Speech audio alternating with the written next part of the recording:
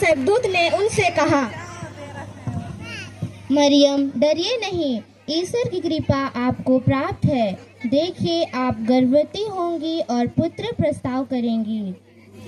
आप उसका नाम ईसा रखेंगी। वे महान होंगे और सर्वोच्च ईश्वर के पुत्र कहलाएंगे।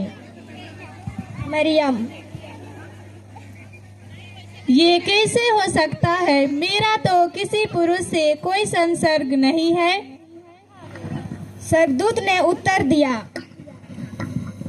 पवित्र आत्मा आप पर उतरेगी और ईश्वर की कृपा आप पर छा जाएगी। इसलिए जो आपसे उत्पन्न होंगे वे पवित्र होंगे। देखिए, बुढ़ापे में आपकी कुटुंबनी एलिजाबेथ को भी पुत्र प्राप्त होएगा। अब उसका जो बांझ कहलाती थी, छठा महीना हो रहा है, क्योंकि ईश्वर के लिए कुछ भी असंभव नहीं है। मरियम ने कहा, देखिए, मैं प्रभु की दासी हूँ, आपका कथन मुझ में पूरा हो जाए। और स्वर्गदूत उसके पास से चला गया। प्रभु ईसा मसीह का जन्म इस प्रकार हुआ। उसकी माता मरियम की मंगनी यूसुफ से हुई थी, परंतु ऐसा हुआ कि उनके एक साथ रहने से पहले ही मरियम पवित्र आत्मा से गर्भवती हो गई। उसका पति यूसुफ चुपके से उसका परित्याग करने की सोच रहा था, क्योंकि वह धर्मी था और मरियम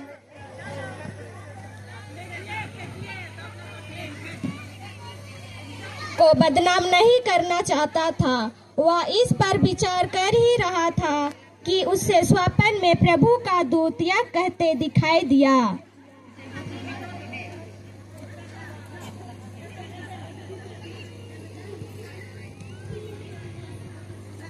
यूसुफ, दाऊद के पुत्र, अपनी पत्नी मरियम को अपने यहाँ लाने से नहीं डरिए, क्योंकि उनके जो गर्भ में है वो पवित्र आत्मा से है।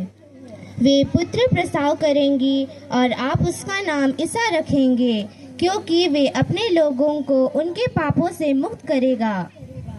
यह सब इसलिए हुआ कि नबी के मुख से प्रभु ने जो कहा था वह पूरा हो जाए। देखो, एक कुंवारी गर्भवती होगी और पुत्र प्रसव करेगी और उसका नाम इमानुएल रखा जाएगा, जिसका अर्थ है ईश्वर हमारे साथ है। यूसुफ नींद से उठकर प्रभु के दूत की आज्ञा अनुसार अपनी पत्नी को अपने यहाँ ले आया। यूसुफ का उससे तब तक संसर्ग नहीं हुआ था जब तक उसने पुत्र प्रसव नहीं किया। उन दिनों कैसर अगस्तस ने समस्त जगत की जनगणना की राज आज्ञा निकाली। यह पहली जनगणना थी। सब लोग अपने अपने नगर में नाम लिखाने के लिए जाते हैं।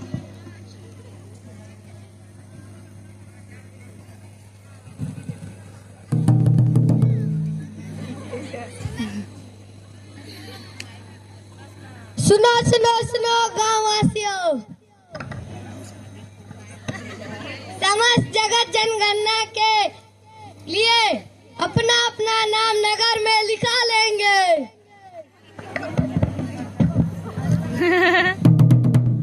यूसुफ दाऊद के घराने और वंश का था, इसलिए वह गलीलिया के नाजरेत से यहूदिया में दाऊद के नगर बेतलेहम गया, जिससे वह अपनी गर्भवती पत्नी के साथ नाम लिखवाए। वे वही थे जब मरियम के गर्भ के दिन पूरे हो गए।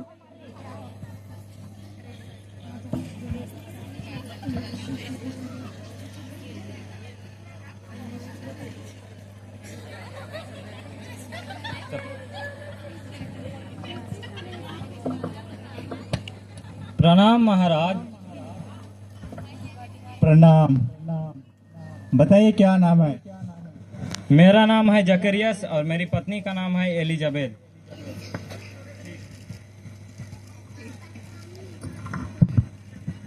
प्रणाम महाराज। प्रणाम। बताइए क्या नाम है? मेरा नाम जकरियस है और मेरा पत्नी का नाम अन्ना है। ठीक है, जाइए।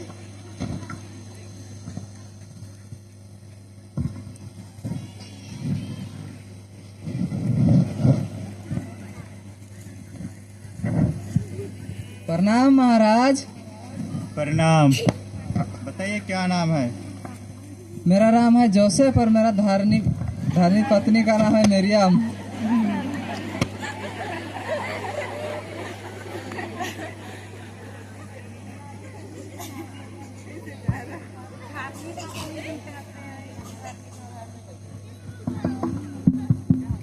घर के रहा कि का होलक बाबू? हमके एक रात रहे के लिए जगह मिली। रहे के लिए तो जगह न थे, लेकिन आगे जाके पूछ लेवा।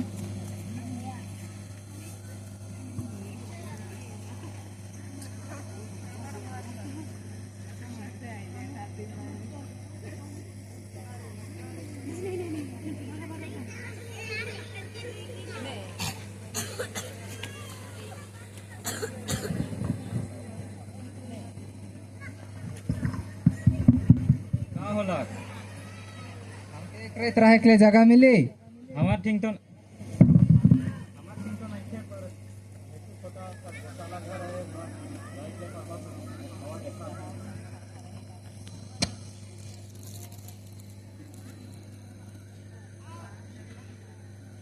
और उसने अपने पहलौठे पुत्र को जन्म दिया और कपड़ों में लपेटकर चरनी में लिटा दिया, क्योंकि उनके लिए सराय में जगह नहीं थी। चरवाहों को स्वर्गदूत का संदेश। उस प्रांत में चरवाहे खेतों में रहा करते थे। वे रात को अपने झुंड पर पहरा देते थे। प्रभु का दूत उनके पास खड़ा हो गया।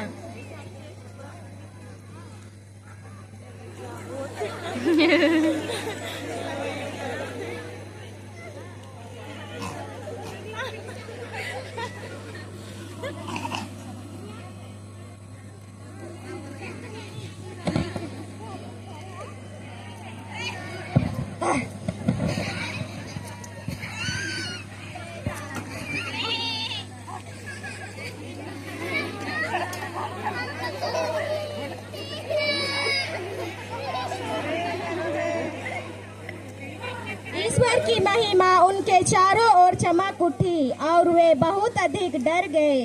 सरदूत ने उनसे कहा,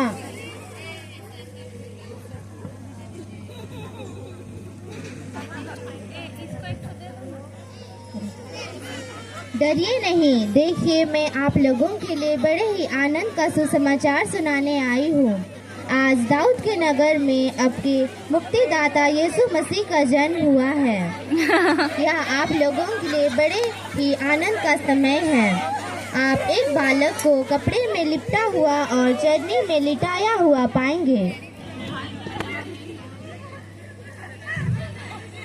वे शीघ्र ही चल पड़े।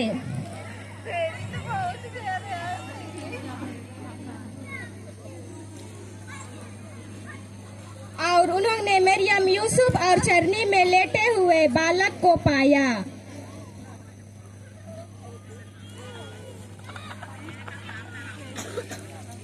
ज्योतिषियों का आगमन।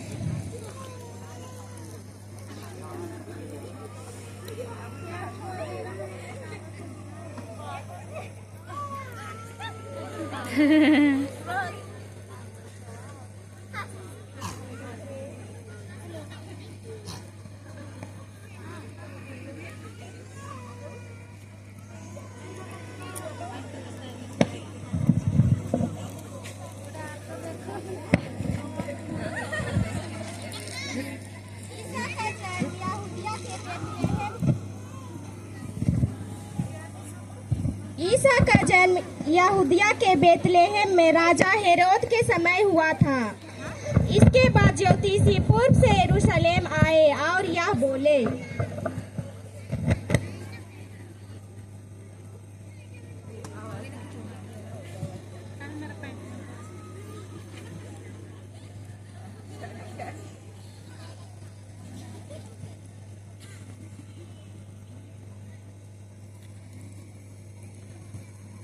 क्या हुआ? हमें राजा से मिलना है।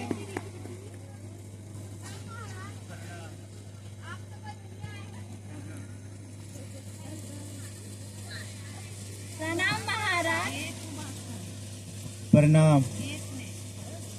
यहूदियों का नवजात राजा कहाँ है? होते हुए देखा है। हमें उन्हें दंडवत करने आए हैं। राजा, मुझसे बड़ा कौन राजा? जाइए उसका ठीक ठीक पता लगाइए ताकि मैं भी उससे जाकर दंडवत कर सकूं। आपकी आज्ञा महाराज।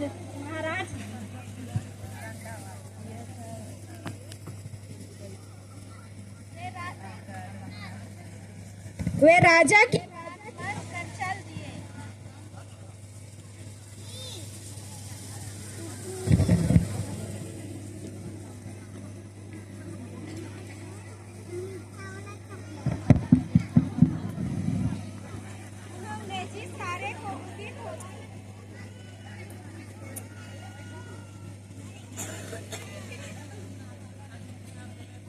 जिस तारे को उदित होते हुए देखा था उसके आगे आगे चलता रहा और जहाँ बालक था उस जगह के पास पहुँचने पर ठहर गया।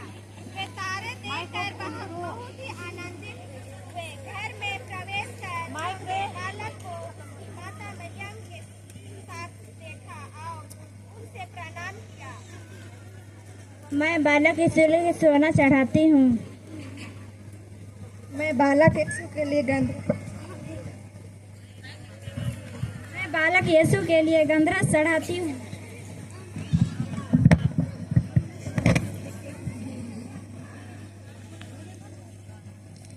उन्हें स्वप्न में यह चेतावनी मिली। आप लोग जिस रास्ते से आए थे उस रास्ते से मत जाइए, क्योंकि हेरोद राजा बालक यीशु को मार डालना चाहता है। धन्यवाद।